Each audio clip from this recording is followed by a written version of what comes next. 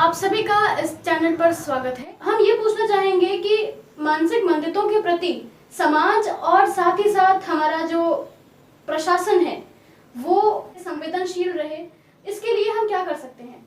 बिल्कुल, आपने वही बात कही जो मानवाधिकार चार्टर कहते हैं, जो समाज के जो समर्पित संगठन है दिव्यांगजन के प्रति वो मांग करते हैं। सरकारें भी दिशा में प्रयासरत हैं, परंतु आज भी अगर हम इस लेवल को लेंगे शिक्षा कितनी है, तो जो शिक्षित हैं हमने देखा उनमें से एक मेजॉरिटी है जो अभी भी संवेदनशील नहीं है, जबकि एक मेजॉरिटी है जो संवेदनशील भी है। जो संवेदनशील हैं उनकी संख्या अभी कम है, शायद इसीलिए ये प्रश्न आपके ही मन में आया है और सभी लोग इस पर चर्चा भी करते हैं। वरना इंक्लूसिव इंडिया, समावेशी भारत और जो एनजीओ काम कर रहे हैं उनकी जरूरत ही ना होती। वास्तव में शिक्षा महत्वपूर्ण तथ्य होता है। हम सिर्फ किताबों में जो पढ़ते हैं उसको व्यवहार रूप में हम ला सकें, किस हद तक ला सकते हैं, इसलिए हम शिक्षा ग्रहण करते हैं।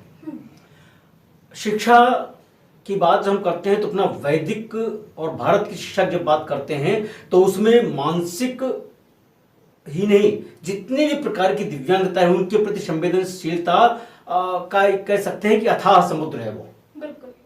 2019 में एक अपने मानसिक मंदित बंधु थे, उनकी उम्र वैसे 20 साल 10 महीने थी, परंतु डॉक्टर्स के मुताबिक जो आईक्यू लेवल के मुताबिक उनकी मानसिक आयु तलाशते हैं वह 11 साल 2 महीने थी, यानी जस्ट आधे का अंतर।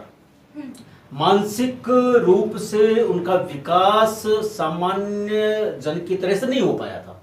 तमिलनाडु में एक मेसर्स स्टरलाइट ऑर्गेनाइजेशन करके वो बंद हुआ था, उस लोगों ने विरोध किया तो गोली चल गई, शूटिंग। तो एक संगठन वहां का था, उसने उस शूटिंग के विरोध में और उस जो संगठन है उसके बंद होने के विरोध में एक धरना प्रदर्शन आयोजित किया। चौराहे पर सैलानी इकट्ठा हुए, सरकार के खिलाफ उसमें नारेबाजी हुई, जैसा हर जगह धरना प्रदर्शन में होता है, वहां भी ऐसे ही हुआ। एक मानसिक मंदित उनका स्वभाव ही होता है कि कॉपी करेंगे, तो वो वहां पर मौजूद थे जहां धरना था, वो नारे वो भी लगाने लगे। पुलिस पहुंची, पुलिस ने एफआईआर दर्ज किया और एफआईआर दर्ज करने के बाद इन्वेस्टिगेशन किया और उनके खिलाफ भी अंतिम रिपोर्ट लगा दिया। अब हाई कोर्ट में दौड़ रही है ऑनरेबल जस्टिस जीएस स्वामीनाथन, उनके सामने जब मैटर गया तो उन्होंने पूरा मैटर इसको देखा और व्यक्तिगत रूप से, व्यक्ति था मानसिक मंदित, उसका नाम मैं यहाँ इसलिए नहीं ले रहा हूँ क्योंकि नियमों के अनुसार नाम का खुलासा करने के लिए कोर्ट ने ही मना कर दिया, इसलिए नाम नहीं ले रहा मैं।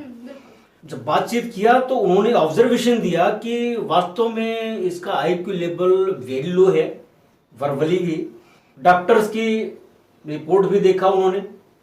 तब तक जब ये पैंडेमिक आया तो कोर्ट का रोस्टर बदला और दूसरे जज साहब आ गए।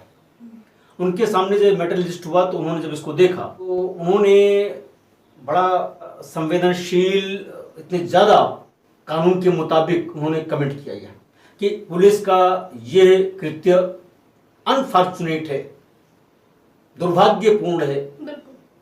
भारतीय दंड संहिता की धारा 83, धारा 84, धारा 83 जो प्रावधान करती है वह अवयस्क बच्चों के लिए प्रावधान करती है, 7 साल से कम बच्चों के लिए, कि जो कि उनको जानकारी की बात नहीं होती, वो 11 साल के हैं तो उनको जो कर रहे हैं उसका क्या प्रभाव होगा क्या नहीं होगा इसके बारे में अननोन होते हैं, तो उसका वो विवेचन करती है। परंतु धारा 84 बोलती है कि जो अनसाउंडनेस है, अनसाउंड माइंडनेस है, उसकी वजह से ऐसे व्यक्तियों को ये पता नहीं होता है कि वो जो भी बात कर रहे हैं, जो भी कृत्य कर रहे हैं, उसका परिणाम उनके लिए हितकारी होगा या अहितकारी होगा या किसी पर क्या प्रभाव डालेगा, कोई जानकारी उनको नहीं है। तो उन्होंने धारा 84 का लाभ देते हुए और साथ ही उसका आईक्यू लेवल जो डॉक्टर्स की रिपोर्ट थी उसको देखते हुए, सारा कुछ करते हुए उन्होंने पिटीशन को अलाउ किया और पूरी एफआईआर धारा 148 और अनलॉफुल असेंबली जितनी भी थी सब उन्होंने क्वेश कर दिया। जी हाँ, ये वो जजमेंट है जिसकी भी हम चर्चा कर रहे थे। जो तमिलनाडु में जो धरना प्रदर्शन हुआ था उसमें जो मानसिक मंदित को इसमें पक्षकार बनाया गया था, चार्जशीट लगाई थी और माननीय उच्च न्यायालय ने इस एफआईआर को, प्रोसीडिंग को क्वेश कर दिया। धारा 84 का हवाला देते हुए उस मानसिक मंदित को बरी कर दिया। तो यहाँ पर जो मैं कहना चाह रहा हूँ, हमें क्या करना चाहिए, आपका सवाल यही था। हमें पहली बात तो शिक्षित होकर शिक्षा का जो मूल उद्देश्य है, समावेशन और संवेदनशीलता, जो भारत के मूल में बसती है, भारत माता के हृदय में बसती है, यदि ये दो चीजें आ जाएं तो मुझे लगता है कि फिर और कुछ करने की जरूरत नहीं रहेगी। सारी बाधाएं भी स्वतः समाप्त हो जाएंगी।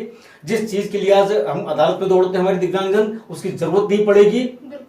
और इसके इतर आप देखोगे कि जो ह्यूमन राइट चार्टर बोलता है, जो आरपीडब्ल्यूडी एक्ट 2016 जिस भावना से आया, उसका अनुपालन स्वतः हो जाएगा। फिर ना डिस्क्रिमिनेशन होगा, ना बैरियर्स होंगे, और होगा तो सिर्फ और सिर्फ परम वैभवम नेतुमे तत्स्वराष्ट्रम।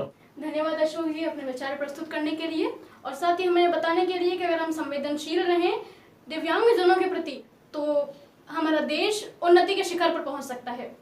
आपसे अनुरोध रहेगा कि कृपया इस चैनल को सब्सक्राइब करें और साथ ही नोटिफिकेशन बेल जरूर दबाएं। नमस्कार, धन्यवाद।